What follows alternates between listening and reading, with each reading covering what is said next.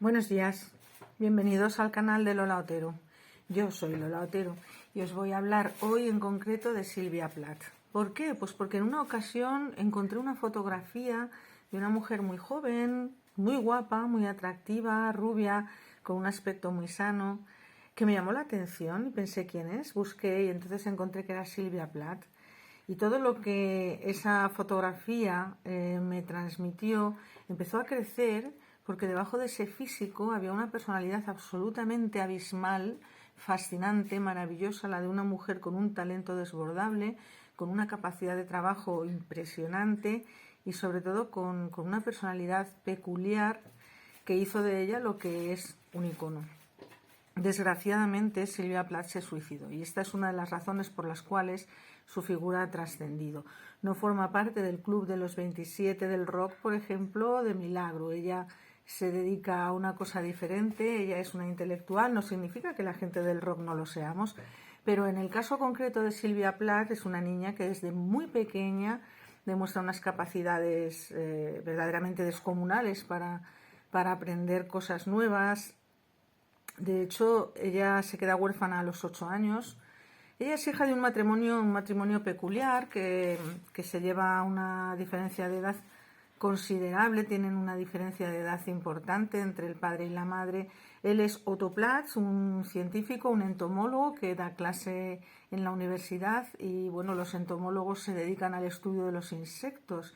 Esto es algo que a Silvia desde muy niña también le fascina y que más adelante, muchos años después, ella retoma para algunos de sus poemas, La vida de las abejas, por ejemplo.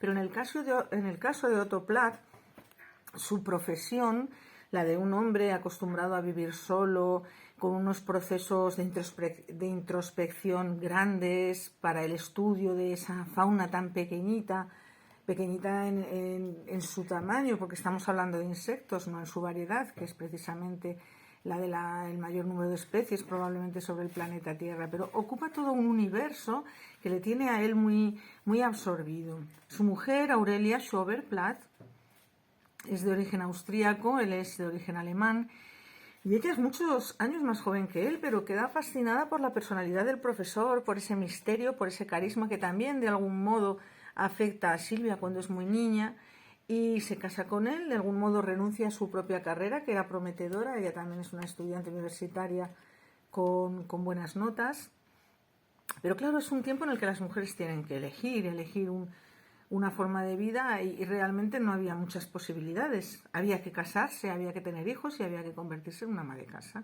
Y lo veremos más adelante en el caso de Silvia Plath porque es una cuestión sangrante que afecta mucho a su obra. Pero de momento estamos en ese matrimonio conformado por dos personas que se dedican al estudio, dos personas intelectuales, cultas, que tienen una primera niña, que es Silvia.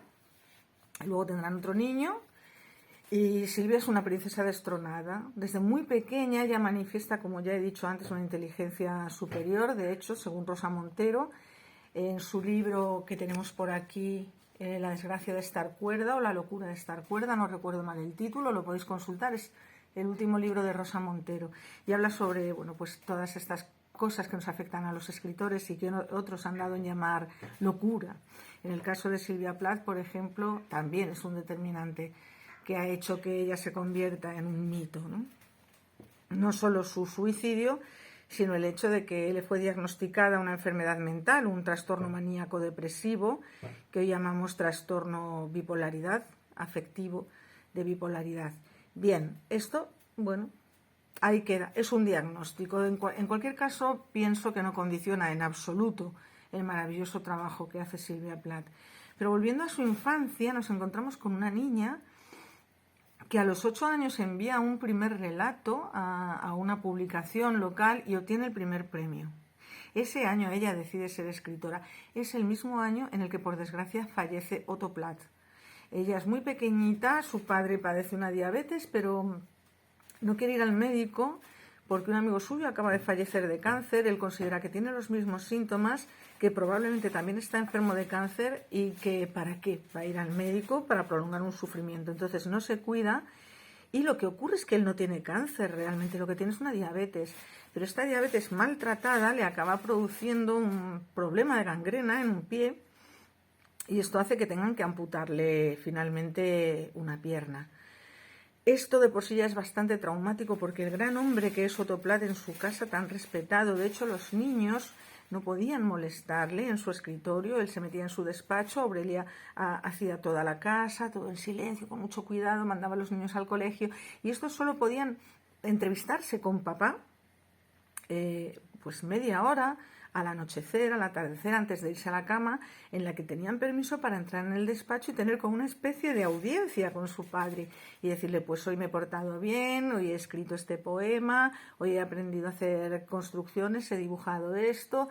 Esta media hora de intercambio de impresiones entre el padre y los niños marcaba la pauta de relación de esta familia.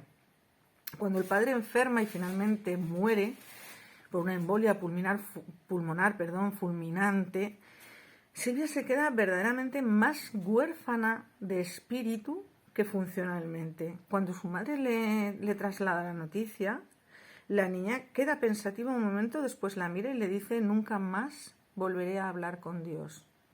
Y se vuelve al colegio, porque para ella el colegio es muy importante. Esta manifestación, esta ausencia de paroxismo, digamos, por el dolor de la pérdida de un padre, o en cualquier caso algún tipo de manifestación más evidente en una niña, no existen. Simplemente Silvia comprende el hecho, transita su dolor hacia adentro, lo aparca y se dedica a estudiar, que es donde ella verdaderamente crece y se siente protegida. Este fallecimiento del padre un tanto prematuro hace que Aurelia Schoberplatz se tenga que poner a trabajar en un tiempo, recordemos que son los años 50, en que las mujeres, bueno, en este caso todavía no, porque estamos hablando de los años 40 más bien, ¿no? De la infancia de Silvia, de cómo Aurelia Schoberplatz tiene que tomar el timón de la familia y ponerse a trabajar para sacar a sus niños adelante. Esto implica un antes y un después, ¿no? Deben trasladarse a vivir a casa de los abuelos que se ocuparán de los niños mientras Aurelia trabaja fuera de casa. En esta época, insisto, estamos en plena guerra mundial, los hombres se han ido al frente a luchar. Estamos hablando de Boston, Massachusetts, una comunidad relativamente pequeña donde ellos viven, en la que la madre de Aurelia encuentra trabajo enseguida porque, insisto, no hay casi hombres, la mayoría de los hombres están en el frente. Entonces es relativamente fácil para una mujer encontrar un trabajo que le permita sacar adelante a la familia. Y no solo eso, porque unido al trabajo, evidentemente, va la independencia económica y va la capacidad para tomar decisiones familiares, que en otro caso tomaría el cabeza de familia. Las mujeres gozan en este momento de un tiempo de libertad, de autonomía, en el que pueden realmente ejercer como cabezas de familia. Pero bueno, este sueño no duró mucho porque afortunadamente los hombres regresan del frente y además regresan victoriosos. Han derrotado al nazismo, que era una amenaza mundial prácticamente, y la sociedad entera se vuelca con ellos, lógicamente, y hay una campaña de publicidad enorme en televisión y en radio, sobre todo, pero también en prensa escrita, que conforma un modelo de sociedad en el que la mujer debe hacer todo para que el hombre esté a gusto. El hombre ha vuelto, insisto, victorioso de la guerra, tenemos una deuda con él y esa deuda se va a canalizar a través de la atención doméstica de las mujeres. ¿Qué implica esto?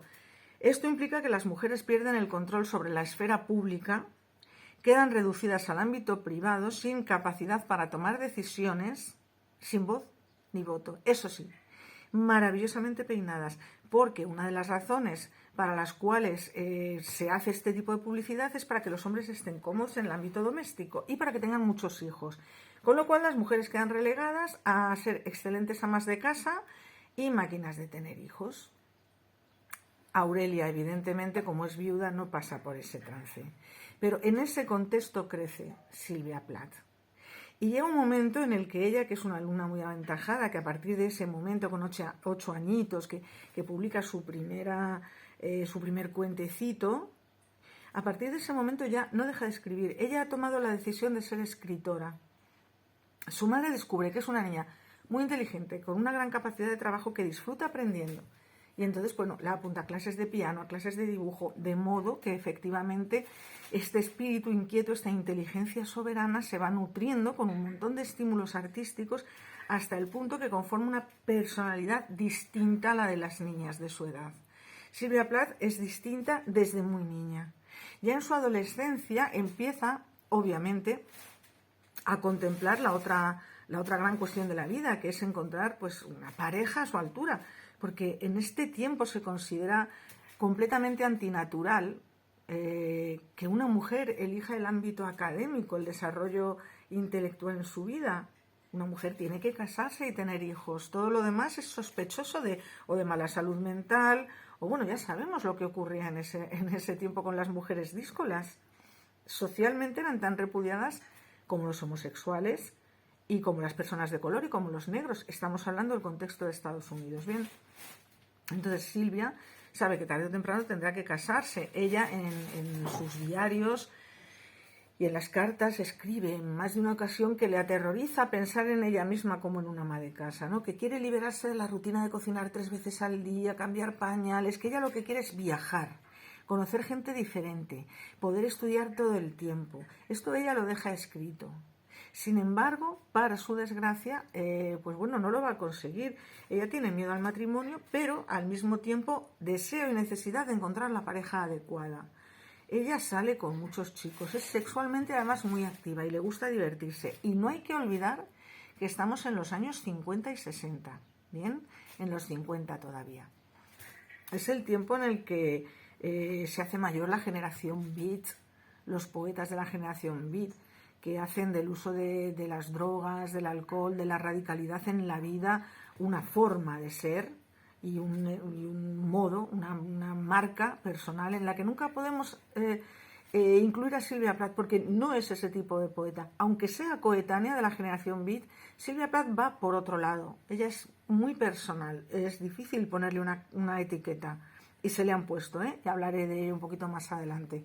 Pero bueno, seguimos en que esta Silvia Plath, adolescente, es recomendada por una escritora entonces de novela romántica que recibe algunos de los cuentos de Silvia y que es que estoy buscando el nombre para deciros concretamente cómo se llama ella, que lo tengo por aquí, a ver si lo podemos ver.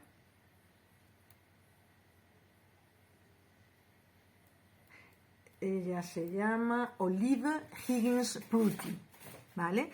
Esta mujer financia la educación de Silvia Plath en el Smith College. El Smith College es la Universidad de Nueva Inglaterra y es una institución conservadora, erudita y muy elitista.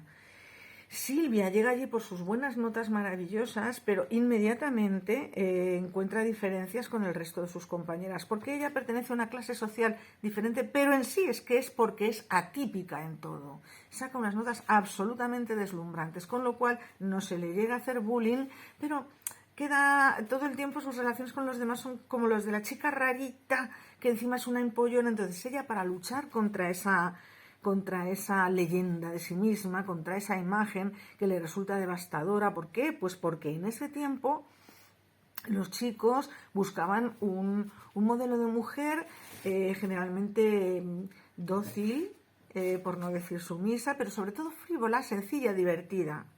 Y Silvia es justo lo contrario. Silvia es grave, profunda y compleja.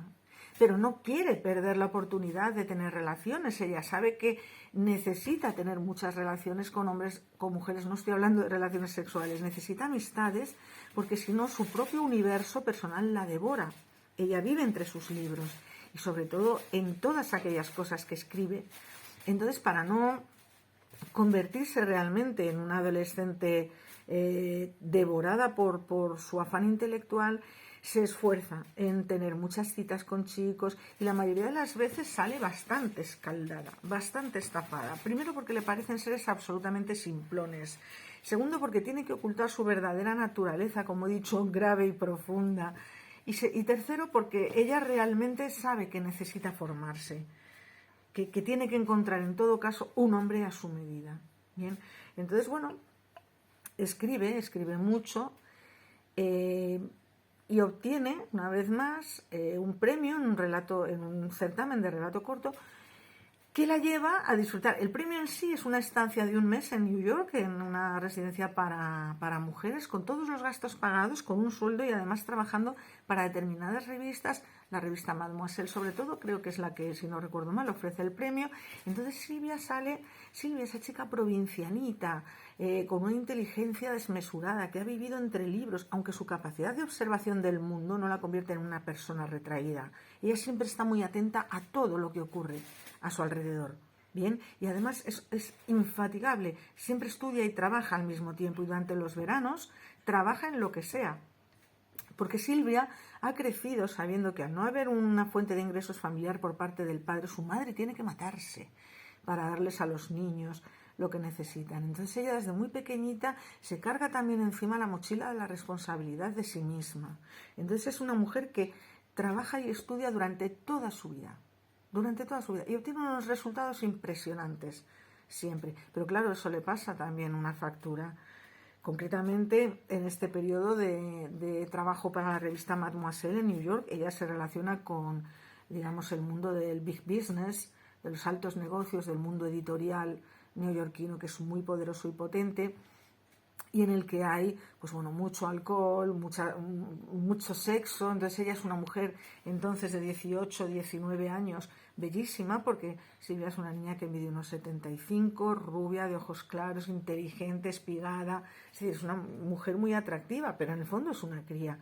Entonces, bueno, ella en esa interacción está muy agradecida. Ella siempre en sus notas apunta que Smith College fue para ella realmente lo que le produjo la posibilidad de tener oportunidades increíbles, pero esta estancia en New York le pasa factura, la somete a unas presiones intelectuales y físicas. Ella termina agotada, desnortada, no tiene muy claro lo que quiere en ese momento, pero sí empieza a saber lo que no quiere. No consigue tener nunca una amiga realmente, tiene compañeras a las que nunca les abre su corazón porque verdaderamente las considera frívolas o que no están a su alcance. Ella sigue teniendo de sí misma una idea de, pues eso, de chica un poco provinciana, pese a su inteligencia, con poca clase, aunque se esfuerza tanto que realmente consigue ser una dama en todos los sentidos. Ella realiza entrevistas, se codea con altos magnates de la literatura y en ningún momento deja de estar a la altura, ¿vale? Entonces, todos estos temores no son infundados, tienen razón de ser, pero no son ciertos, porque ella siempre está a la altura. Tiene un cerebro tan brillante, pero claro, su personalidad sufre. Y cuando regresa a casa, tiene lugar en ese verano el primero de los intentos de suicidio, porque lo intentó, que sepamos, más adelante, hasta que lo consiguió, evidentemente. Pero en esta ocasión, Silvia, con 19, 20 años recién cumplidos, no puede más, y ese verano se toma todas las pastillas de dormir de su madre, aderezadas con un poquito de alcohol que encuentra por la casa, y se esconde debajo de la casa, en una especie de semisótano que hay entre los cimientos y el suelo y el primer piso. Se esconde ahí y deja una nota en la que dice: por favor, no me busquéis, volveré tarde. El problema es que, claro, no vuelve ni tarde ni nunca, y a los 3 días la encuentran. Previamente la madre ya ha dado un aviso a la policía, ya se está buscando por todas partes a la hermosa chica de Smith College, que es así como salen los titulares, con una foto de ella en la que se ve efectivamente que Silvia es una chica muy atractiva. Pero bien, la encuentran en un estado lamentable, semicomatoso, digamos. Ella no se sabe si ha intentado salir o si simplemente se ha golpeado contra una de las vigas, pero el hecho es que tiene una herida abierta en la frente que en esos 3 días, con el calor y la humedad, se ha corrompido, se ha infectado. Es más, aparece llena de gusanos. Es una imagen verdaderamente truculenta que ella describe más adelante en algunos de sus escritos, y si no recuerdo mal, en La campana de cristal lo comenta. Pero bueno, hablaremos más adelante de esta primera obra suya, que fue publicada en vida junto con El Coloso, las dos únicas obras que ella consiguió publicar en vida. El caso es que a raíz de este suicidio, también hay que decir que este suicidio se produce, entre otras cosas, porque cuando Silvia tiene su crisis, después de la experiencia con la revista Mademoiselle en New York, es internada durante 6 meses en un psiquiátrico, y en ese psiquiátrico ella toma conciencia de que está loca, se ve a sí misma como una loca y siente tal pavor ante esa situación en la que su cerebro no funciona, su cerebro, que es su gran aliado para la vida, no funciona. No puede leer, no puede escribir, no puede analizar, no puede pensar con claridad. Está abotargada por la cantidad de medicación que le están dando, pero sobre todo, los tratamientos electroconvulsivos, el electroshock. Esta es una época, los años 50, en la que se aplica electroshock con una, digamos, frecuencia o libertad. También es cierto que tiene muy mala prensa y es leyenda, pero no hay que olvidar que el electroshock es una terapia que surge durante el fascismo de Mussolini, porque al igual que durante el nazismo, los médicos, los científicos experimentan con prisioneros para lograr terapias que mejoren la salud de las élites. Bien, en este caso, el electroshock que se le aplica a Silvia Plath, en una primera ocasión, se aplica de una manera terrible, sin anestesia, sin ningún tipo de analgésico, sin curas. La fríen o le fríen el cerebro, en una palabra. Y ella coge tanto miedo, porque luego habrá otras sesiones en las que ya se aplica la terapia de una manera más similar a como se hace hoy, porque se sigue aplicando electroshock. Pero en esa primera ocasión, Silvia lo describe de una manera terrible, y no solo ella, hay pues diversas manifestaciones de otros poetas de la generación Beat, Johnny Corso, por ejemplo, que hablan de estos hospitales psiquiátricos, de estas residencias en las que él dice, había mujeres, yo las veía, y les aplicaban electroshock porque sus familias las metían allí, porque consumían drogas, eran libertarias, eran disidentes, una disidencia de género en un tiempo en que, insisto, la mujer con la pata quebrada en casa y los rulos puestos, atendiendo al marido y los hijos y sin nada que decir, porque en el momento en el que se decía algo, el marido tenía la opción y la contemplaba y la llevaba a cabo en muchas ocasiones de ponerla en un psiquiátrico. Te has portado mal, no eres el modelo de mujer ni de persona que necesitamos en esta sociedad, así que vamos a amansarte, porque ese es el objetivo último de la terapia electroconvulsiva en esta época. Ni siquiera la mujer de John Fitzgerald Kennedy, del presidente de los Estados Unidos, Jacqueline Kennedy, se libró de esta terapia.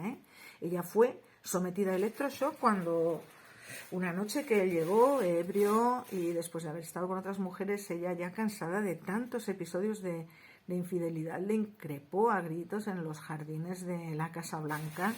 Y él, ni corto ni perezoso, a los 2 días consiguió que un médico le firmara el ingreso en una residencia psiquiátrica en la que se le aplicó electroshock y volvió suavecita, como él quería, como ellos necesitaban. En el caso de Silvia, ella manifestó evidentemente una depresión muy profunda. Yo insisto en que en esta clínica se le diagnostica a ella una enfermedad maníaco-depresiva, que es lo que hoy llamamos trastorno afectivo bipolar. La bipolaridad es, a grandes rasgos, un trastorno por el cual la persona profundiza tanto en los episodios de euforia como en los episodios de depresión, es decir, oscila entre extremos del rango de nuestros sentimientos. Bien, hoy sabemos que es una afección fisiológica que tiene que ver con el sistema límbico y se trata evidentemente con medicación y no supone mayor problema, aunque sí es cierto que el índice de suicidios entre las personas que poseen este trastorno es muy alto. De todos modos, aquí entramos en una cuestión que yo verdaderamente no soy experta, no soy psiquiatra, pero soy mujer. Y yo sé que a las mujeres lo primero que se nos grita en nuestra cara cuando se nos quiere silenciar es que tú estás loca, tú estás mal de la cabeza. Ahí lo dejo. En cualquier caso, ni la obra ni la trayectoria de Silvia Plath pueden ser juzgadas por un trastorno mental, porque es una poeta brillante.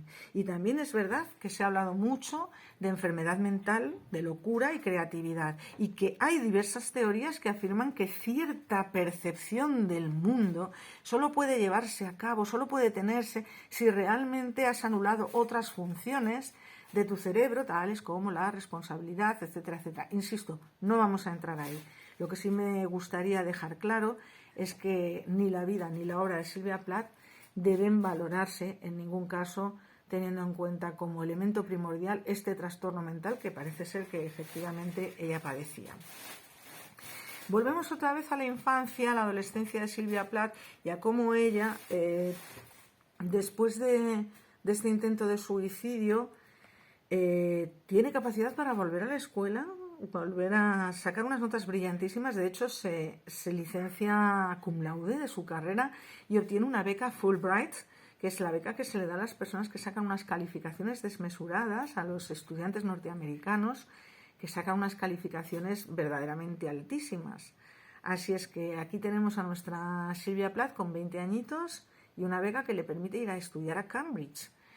Y bueno, en Cambridge ella sigue leyendo, sigue escribiendo, tiene relaciones con muchos chicos y tiene un punto de introspección que verdaderamente es muy importante porque lo vemos a través de sus diarios, en el que ella verdaderamente anhela encontrar a alguien con quien compartir todo eso tan hermoso que vive, ¿no? Todo su ser, todo su ser. Silvia cree firmemente en la pareja. Y ocurre que en una fiesta conoce a un personaje físicamente imponente que le causa una gran impresión, pero más aún cuando se lo presentan a ella, porque resulta ser ni más ni menos que un poeta que ella admira muchísimo, que es Ted Hughes. Ted Hughes es una gran fuerza de la naturaleza, es un poeta soberbio y es una presencia soberbia. Y Silvia en esa misma noche tiene una... Es como si colisionan dos astros en el firmamento, ¿no? Tiene una primera relación con él en la que quedan los dos marcados, ¿no? Son dos personas de una intensidad como junkies de la adrenalina, ¿no? Y necesitados de profundizar en todas las emociones. Entonces ese mismo día ella está bastante bebida y así lo reconoce cuando lo escribe. Él le sirve una nueva copa de brandy en un apartado que se buscan durante la fiesta y ellos se besan con fiereza y tal, y ella le muerde, él le arranca los pendientes y ella le muerde la cara y él sangra incluso, es decir, son como dos animales, como dos bestias, pero quedan al mismo tiempo muy impactados el uno por la otra y viceversa, ¿no? El caso es que 4 meses después se casan. Silvia viaja, vuelve a Boston, pero 4 meses después se casan. Se casan porque ambos realmente están muy estimulados por el otro. Yo no sabría decir si enamorados, porque personalmente ya no sé lo que es el amor, pero hablando de estos dos y sobre todo por las notas que deja Silvia en sus diarios, al menos ella sí estaba enamorada y él estaba bastante ciego por ella. Lo cierto es que más allá de que físicamente se atraían mucho, porque ella lo describe a Ted como pues ese hombre alto, guapo, un bardo, medio inglés, medio galés, medio alemán, medio británico, medio francés, es decir, que tiene una mezcla de sangres nórdicas y que es verdaderamente un tío impresionante. Es un armario de 1,90 m, con unos ojos claros, una espalda ancha y sobre todo con una creencia y sapiencia de sí mismo de que es un personaje importante, ¿no? Esto le falta a Silvia, aunque ella lo cree porque tiene su puntito narcisista, pero siempre es un ser también fieramente autonegador y automutilador y padece con mucha frecuencia el síndrome del impostor, ¿vale? Pero bueno, el caso es que estos dos se casan. Se casan y su matrimonio es una auténtica locura, porque tanta pasión, evidentemente, en el día a día cotidiano, cuando tienes que trabajar para comer, cuando los dos se dedican además a una cuestión artística, que ahora, a día de hoy, pero siempre ha resultado difícil para llevar dinero a casa. Ella entra entonces en una especie de círculo vicioso en el que se ha propuesto ser perfecta ama de casa, se ha propuesto ser la mujer perfecta para Ted, pero se ha propuesto también reinar en el Olimpo, porque ella sabe que es una grandísima escritora, en ciernes todavía, ¿vale? Está la pulsión y está la confianza, pero ella de este matrimonio espera, aparte de la pasión de tener hijos sanos y fuertes, que puedan los dos retroalimentarse, que haya un feedback, una retroalimentación intelectual, porque ese es el sentido realmente de la pareja, ¿vale? El sentido espiritual. Lo otro es puro materialismo. Formar una familia, una casa, claro. Bien, y entonces, ¿qué es lo que ocurre? Pues que en ese momento la sociedad beneficia mucho al varón, le permite seguir teniendo una vida independiente aunque esté casado, y no tanto a la mujer, que tiene que ocuparse de la casa. Y además Silvia, en su naturaleza bondadosa, porque realmente la tiene, empieza a ejercer como secretaria de su marido. Pasa sus poemas a máquina, establece contacto con los editores, manda sus textos a las editoriales y de algún modo descuida su propia obra, que se resiente.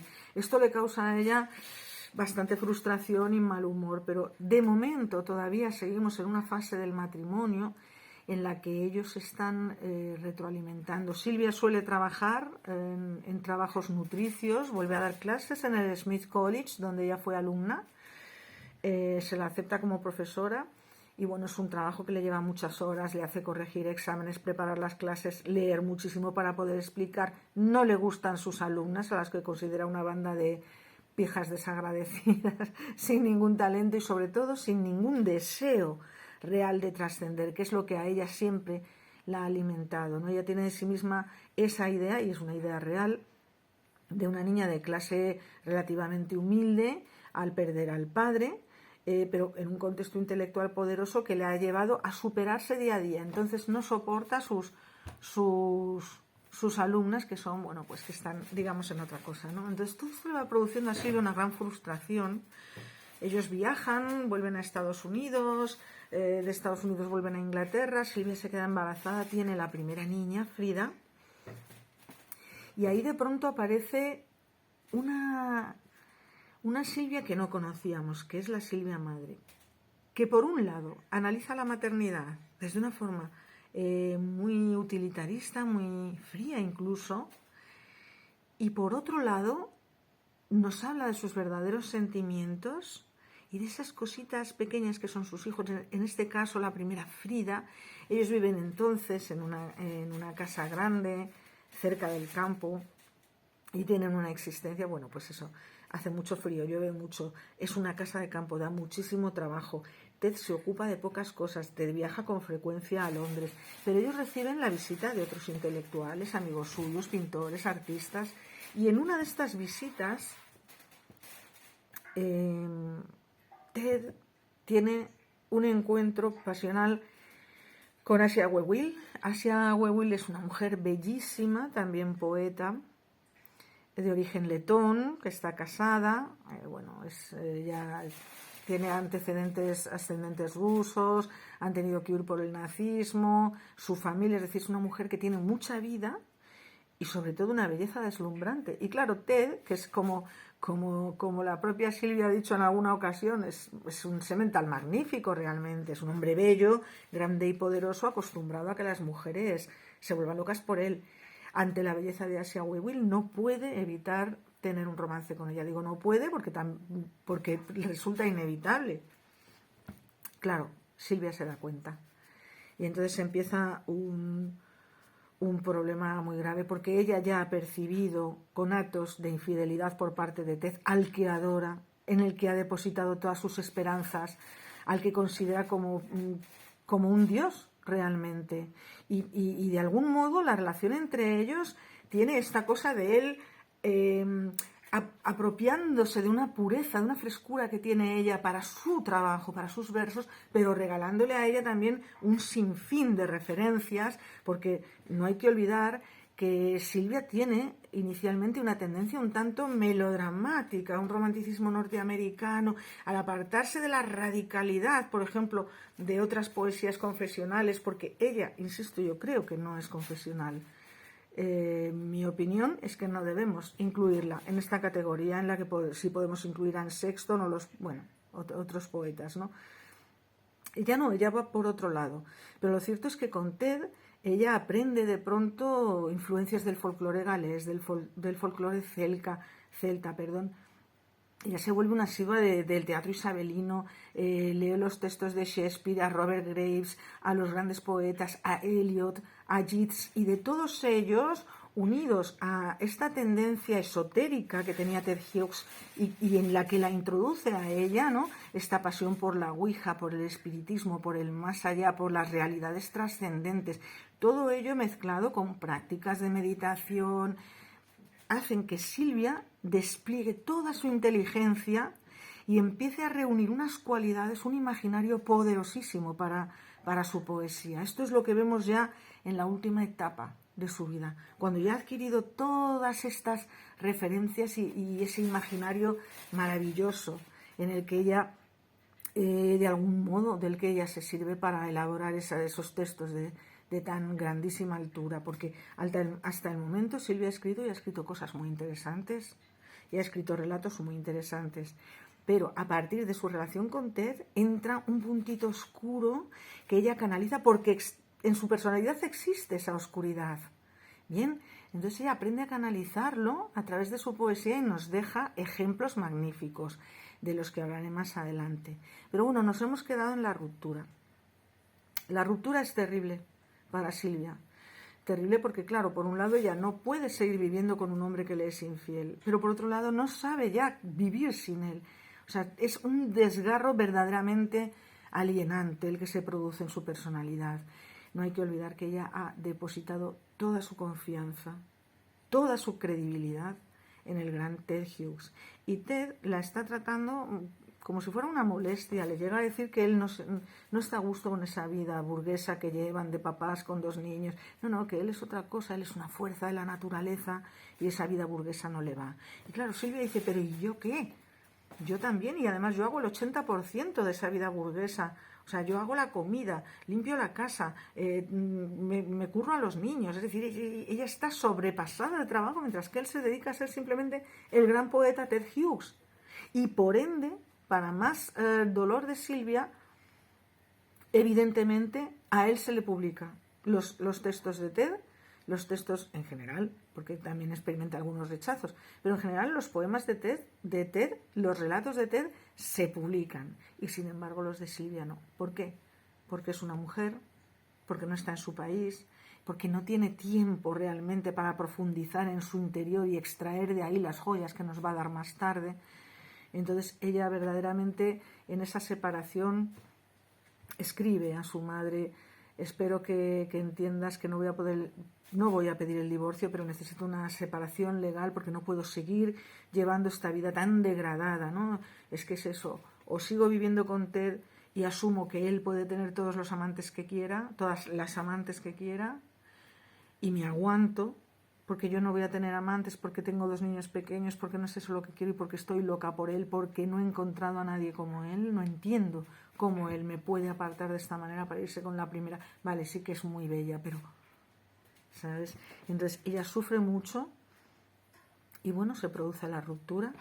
Ted se va a vivir con Asia Bewill y de hecho esta es una relación también bastante peculiar, porque bueno, él se la lleva a Benidorm también, igual que hizo con Silvia Plath, que pasaron allí su luna de miel, y esto es doblemente doloroso para Silvia. Luego en el tiempo Ted se ha defendido diciendo que bueno, que a Silvia nunca le gustó España, ¿no? Que nunca le gustó Benidorm, pero no es cierto, porque en todos sus escritos ella habla con mucho cariño de Benidorm y escribe mucho y dibuja mucho. Hay un montón de dibujos del Callejón de los Gatos, de la calle Tomás Ortuño donde vivieron. Es decir, que no es cierto esto que dice Ted. Simplemente, pues bueno, él como sano hijo del patriarcado y de su tiempo hizo lo que hacía la gente en esos momentos. Los hombres tenían una libertad y muy pocos escrúpulos morales, y más en el ámbito artístico en el que la libertad manda. Y no siempre se entienden bien las libertades y las responsabilidades. Pero bueno, no voy a dar aquí yo consejos morales, que no es lo suyo. A lo que voy es al hecho simple de que Silvia Plath se queda sola, observando cómo el hombre que ama está con otra mujer, se la lleva a los mismos sitios que han compartido ellos en su luna de miel, lo cual para ella es un desgarro de verdad infinito. Pero bueno, sale de ello, y sale por la fuerza de su poesía, de su trabajo. Ella llega a afirmar: menos mal que tengo un trabajo propio, no sé qué sería de mí si no lo tuviera. Y escribe los mejores poemas de su vida en los últimos 6 meses de su vida. Ella se levanta al amanecer, antes de que los niños despierten y empiecen a pedir el desayuno. Son muy chiquititos. Frida no llega a los 3 años, 3 añitos, sí, y el pequeñito apenas 1 añito y medio, poco más. Es un invierno, de 1963, terriblemente frío en Londres, históricamente frío. Se congelan las cañerías, nunca hay agua, ni fría ni caliente, hay cortes constantes de electricidad, todo está nevado, los niños están constipados todo el tiempo, le contagian a ella. Ella empieza, con todo el dolor de la separación, a tener una verdadera angustia vital. Ella tiene terror a volver a enloquecer. Ella, a lo largo de toda su vida, después del incidente del psiquiátrico, ella, cuando se ve más presionada de lo normal o empieza a ver, por decirlo de algún modo sencillo, la sombra de la locura acercarse a ella, ella rápidamente toma terapia con algún psiquiatra de la época, y lo ha hecho varias veces. Y esas terapias le han ayudado a ella a descubrir en parte de dónde viene su necesidad de perfección, la chica que quería ser recordada como la chica que quería ser Dios, ¿vale? Es un objetivo de ser perfecta, que durante toda su vida, si sumamos la enorme ambición, la enorme inteligencia, la capacidad de trabajo y el deseo de ser la mejor todo el tiempo, eso es Sylvia Plath.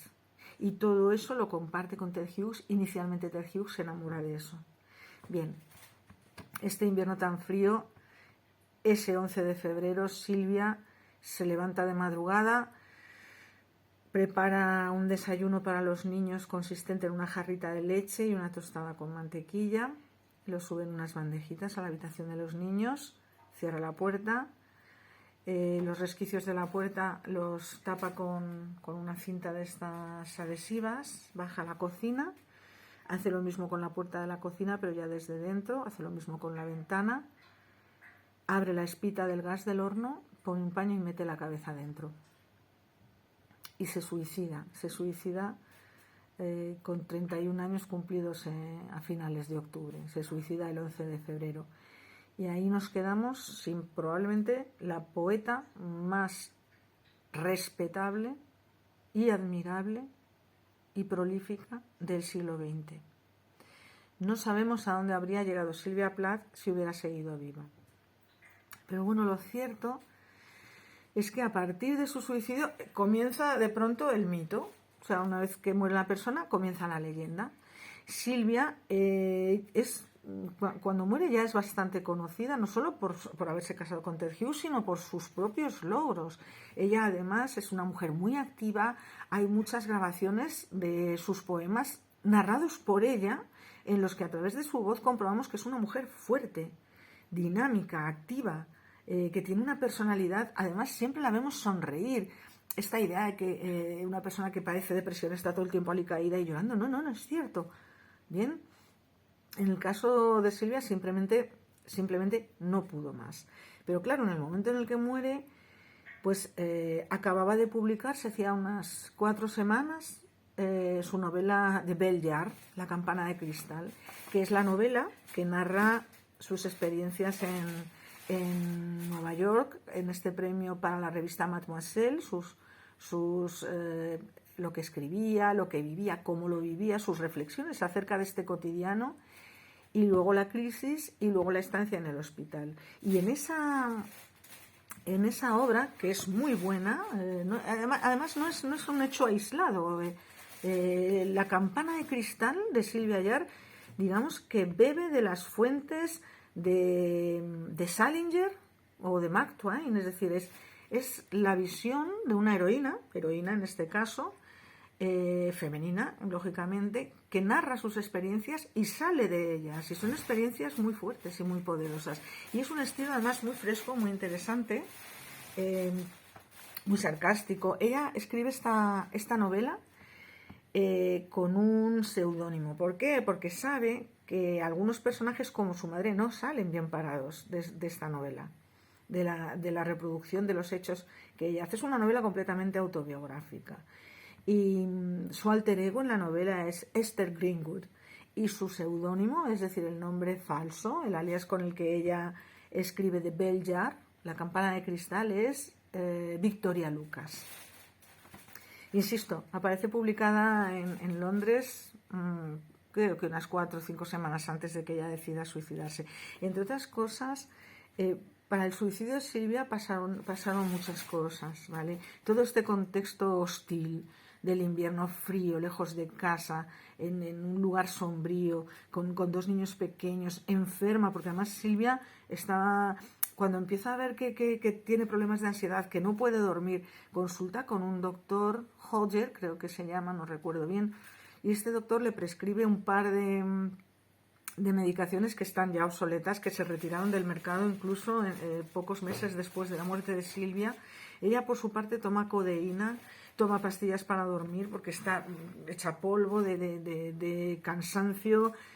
Y claro, todo ese cóctel, unido al desgarro íntimo que ella padecía por el abandono, porque además ella, una vez que decide, vale, este hombre se ha ido de mi vida, pero yo voy a demostrar que puedo salir adelante por mí misma, y lo intenta con todas sus fuerzas. Incluso intenta una nueva relación con Álvarez, que es un crítico, también escritor, amigo de Ted y de ella, ¿no? que tiene relación con ella. Y bueno, parece que la relación se puede producir, pero finalmente no, porque con el tiempo Álvarez acaba confesando, no, es que Silvia no era mi tipo de mujer, era una chica alta y desgarbada, con una cara larga, o sea, insinuando que a él le gustan más mujeres, pues más tipo Marilyn, que era el ideal de la época. Pero lo cierto es que Silvia, un día antes de suicidarse, le escribe, intenta quedar con él, no lo consigue. Por otro lado, también hay que entender que ella estaba en un momento que Álvarez describe como muy dejada de sí misma. Físicamente dejó de teñirse el pelo, dejó de arreglarse, no podía ducharse ni bañarse apenas porque las cañerías, insisto, estaban permanentemente congeladas. No sé, y aparte estaba en plena depresión, es decir, no se mostraba como una mujer verdaderamente atractiva. Lo único que tenía atractivo, por decirlo de algún modo, era su intelecto, que siempre fue poderosísimo, pero que en este momento estaba un tanto empañado por el dolor de la depresión. Entonces Álvarez supone también una decepción para ella en este contexto en el que todas las cosas le salen mal. El caso es que, bueno, insisto, una vez que ella muere, se convierte en un icono. Y todo el mundo, naturalmente, pasa a echarle la culpa a Ted Hughes, porque es el malo de la película, porque es el que le ha sido infiel. Y Ted Hughes, frente a esta locura de Silvia, y cuando digo locura me refiero a este acto drástico, sin vuelta atrás, que es el suicidio, él queda completamente noqueado. Él continúa su relación con Asia. Asia va a vivir a la casa en la que se ha matado Silvia, pero el fantasma de Silvia es demasiado poderoso para que esa relación y ninguna otra salgan para adelante, al menos hasta que pase mucho tiempo. Ted Hughes necesita que una mujer se haga cargo de sus niños, y Asia ocupa un poco el lugar de la madrastra, pero la sociedad no se lo perdona, no les perdona a ninguno de los dos. Y con el tiempo, Asia, que ha tenido una hijita de Ted, que se llama Shura, acaba también suicidándose del mismo modo que Silvia Plath, con la diferencia de que Asia le da somníferos a su niñita y se la lleva consigo, niñita inocente. Entonces, en la vida de Ted Hughes, realmente, los suicidios, es un poeta grandioso, insisto, cuya vida ha estado llena de pasiones, para bien y para mal, ¿vale? Tipo de persona que es, pues insisto, un sano hijo del patriarcado y de su tiempo. No le vamos a crucificar por ello más que a los demás. Bien, el problema es que a la pobre Silvia, pues bueno, esto de algún modo le costó la vida. Eso unido a que ella ya venía desde muy niña con... Siempre he dicho que Silvia Plath mantenía un extraño romance con la muerte, y es cierto. Ella llega un momento en el que después de todas sus lecturas, de todo esto que trata de estudiar, del folclore, de las tradiciones ancestrales, de las culturas antiguas, en ese tiempo su manera de entender el mundo cambia, y ella descubre en las manifestaciones naturales todo el poder verdadero y trascendente del universo, es decir, los ciclos, las cosechas, las siembras, la aparición de los frutos, el amanecer, el anochecer, los astros, la luna, los animales, todo eso es capaz, a través de ese imaginario que ella ha desarrollado y de esas lecturas, de sublimarlo y establecer simbólicamente metáforas y alegorías para expresar sentimientos muy poderosos. Eso es la poesía de Sylvia Plath. Sobre todo el poemario Ariel, que creo que se publica en el 65 ya, después de su muerte, y son los poemas que escribió los 6 últimos meses antes de morir, es decir, en una situación personal de extrema tensión y de dolor, ¿bien? Y sin embargo son poemas grandiosos. Recomiendo la lectura de Ariel a todo el mundo y también el análisis. No son poemas fáciles, o sea, el verso de Juvenilia, de los primeros poemas de Sylvia Plath, que es un verso acomodaticio, muy fácil de entender, aunque ya aparecen ahí ciertos rasgos de un intento metafórico, no tienen ya nada que ver, ni siquiera los de Colossus, el Coloso, que es su primer poemario publicado. Los versos de Ariel son los versos de la etapa de mayor madurez de una poeta visionaria con un conocimiento arquetípico de la realidad de la vida y de la muerte. Y este romance que ella mantiene desde niña con la muerte experimenta una transición que, insisto, a través de este conocimiento que ella adquiere, a través de la Ouija, de todas sus prácticas, porque practica mucho la Ouija, y ella buscando, inicialmente ella vive con una herida abierta que es la muerte del padre, al que culpa por morir.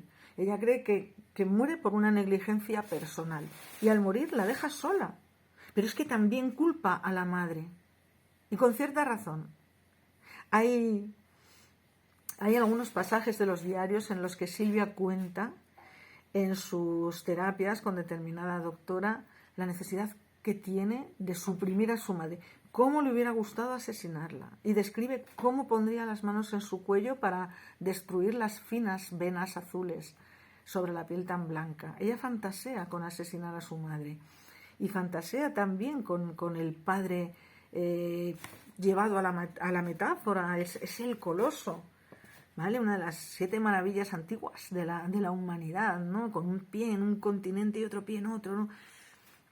Así ve ella al padre y así ve también, o sea, en el abandono del padre, ve una primera ruptura del corazón, y en el abandono de Ted Hughes ve la segunda. Y llega un momento en que ambos personajes se solapan, ¿no? Son el principio masculino en el que ella ha confiado, el principio masculino necesario, imprescindible para avanzar, en el que ella ha confiado y que en las 2 ocasiones la ha dejado tirada, la ha abandonado, la ha traicionado. ¿Bien?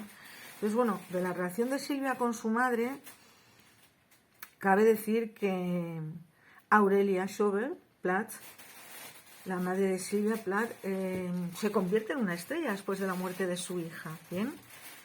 Ella es una mujer que efectivamente en la campana de cristal de Bell Jar no sale muy bien parada, ¿vale?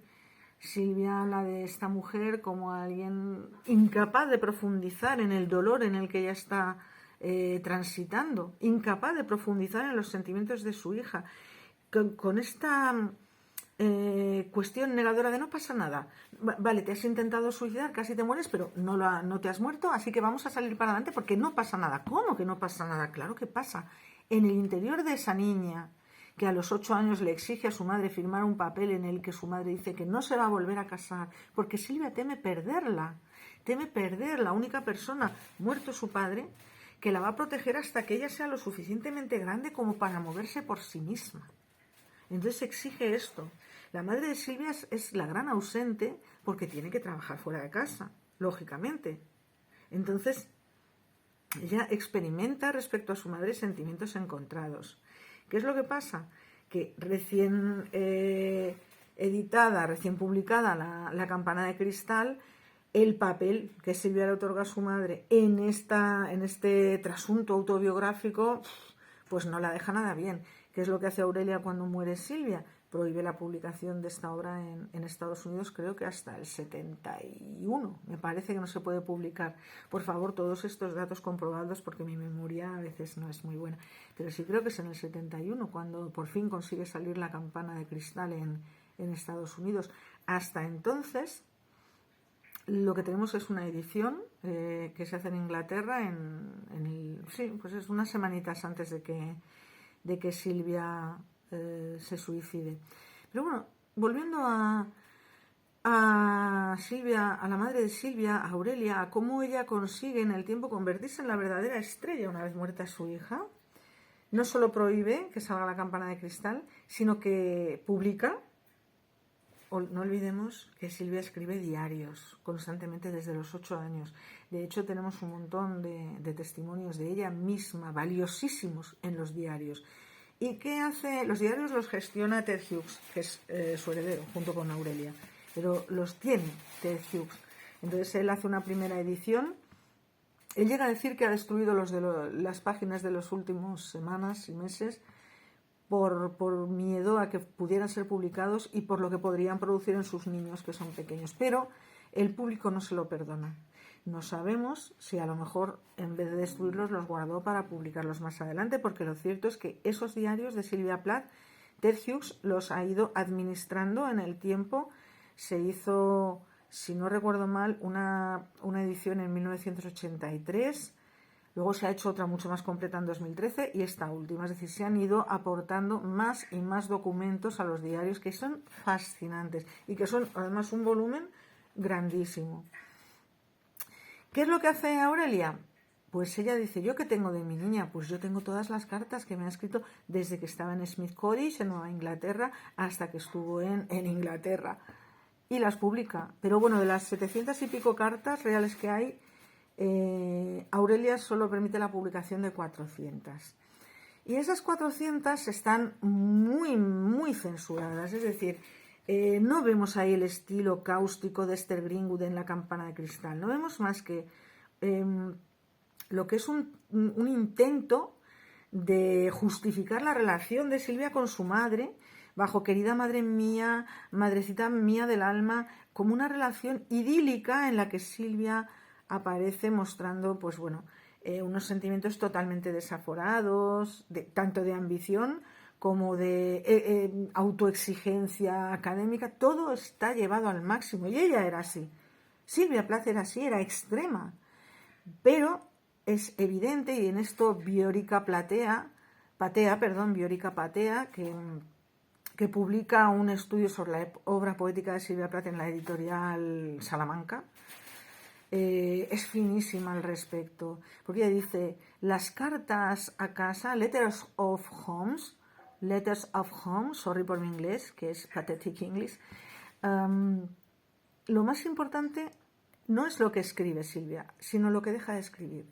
No es cómo cuenta las cosas, sino cómo no las cuenta. A ella sabemos, porque ya la conocemos de La campana de cristal, cómo escribe. Y lo que vemos a través de las cartas a casa que permite publicar Aurelia, es falso. Es falso. Es el modo de escamotearnos sus verdaderos sentimientos. No a nosotros lectores, sino a su madre. Vamos a ver, Silvia, en vida, nunca habría publicado probablemente ni sus diarios, pero seguro sus cartas, y menos en esta selección que hace Aurelia, en la que su imagen queda altamente perjudicada. En ese intento de la madre de naturalizar a una persona cuyas características personales eran tan extremas y tan poderosas y convertirla en una niña bien de los años 50, lo que hace es que se carga literalmente la imagen de Silvia Plath. Y de hecho, no es bueno. Esta edición de Letters of Home inicialmente se iba a llamar Testament of Love. O sea, Aurelia quería que se llamase un testamento de amor. Con eso lo dice todo. Porque el amor, Silvia no lo encontró con su madre. No tuvo el amor de su madre, lo que necesitaba, y no se lo dio tampoco. Aunque sí es un material inestimable de estudio, también pues en parte porque cronológicamente vamos viendo cuáles son sus estados de ánimo y sobre todo lo que hace, porque es infatigable. Bien, entonces ocurre eso, ¿no? Que que los dos únicos libros que Plath consigue publicar en vida son El Coloso, que es un poemario magnífico, fantástico, y La campana de cristal. Tanto los diarios como las cartas a casa, como el segundo poemario fantástico, Ariel, son publicaciones post-mortem. No hay que olvidar que ella obtiene el premio Pulitzer una vez muerta. Es decir, que durante su vida, en su relación con Ted Hughes, él publicaba más que ella. Pero una vez muerta Sylvia Plath, se disparan sus publicaciones. Y por desgracia, se leen con muy poco espíritu crítico. El sensacionalismo del suicidio de una mujer joven, guapa, conocida, estilosa y con una leyenda de poeta maldita, digamos, entre comillas, ese sensacionalismo perjudica el estudio respetuoso de su poesía, que es muy noble y muy grande. Este último poemario, Ariel, recoge una muestra de eso. Hay quien quiere verlo como, efectivamente, el propio Robert Lowell, que hizo talleres en los que se conocieron Anne Sexton y Sylvia Plath, habló de Sylvia como una poeta suicida del mundo oscuro. Vamos a ver, no es confesional, es visionaria. No está vaciando su dolor y su desgarro, evidentemente, y ella misma lo dijo. Su trabajo se nutre de su vida, de sus experiencias vitales, pero el trabajo del escritor es literaturizar eso, convertirlo en un producto artístico, porque la vida de todos nosotros tiene sus cosas, pero solo los grandes poetas, los grandes autores consiguen literaturizarlo o llevarlo a otro lenguaje, puede ser cinematográfico, teatral, pictórico, llevarlo a otro lenguaje artístico para que lo que ocurre en nuestra vida se convierta en una obra artística. Y eso Sylvia Plath lo supo hacer muy bien, y lo hizo sobre todo en los 6 últimos meses de su vida. Pero no hay que olvidar que entre El Coloso y Ariel, ella escribe otros poemarios en los que aparecen poemas sublimes como Soy vertical, El invierno de los árboles. Bueno, yo recomiendo la lectura de toda su obra, es ingente. Para conocerla bien, después de todo esto que os he contado, podéis ampliar vuestro estudio. Es una autora sobre la que se ha escrito de todo, de todo. Yo solo os pido que os acerquéis a su obra con el respeto y el afecto que merece una persona que vivió intensamente y que toda su vida se caracterizó por la búsqueda de lo trascendente. Ella entendía que en su caso la escritura era la expresión superior de sí misma, y hasta las últimas consecuencias lo mantuvo. Unos días antes de su suicidio, ella dijo: estoy escribiendo a veces hasta 3 poemas por día, y sé que son geniales. Sylvia Plath merece de verdad nuestro respeto como mujer que luchó en un mundo muy difícil para las mujeres por tener su autonomía, por sacar adelante su talento y por dejarnos ese legado maravilloso que nos ha dejado en forma de obra poética. Y por supuesto, como artista hay que reverenciarla, porque sin duda alguna es probablemente, si no la mejor, de las mejores poetas que ha dado el siglo XX.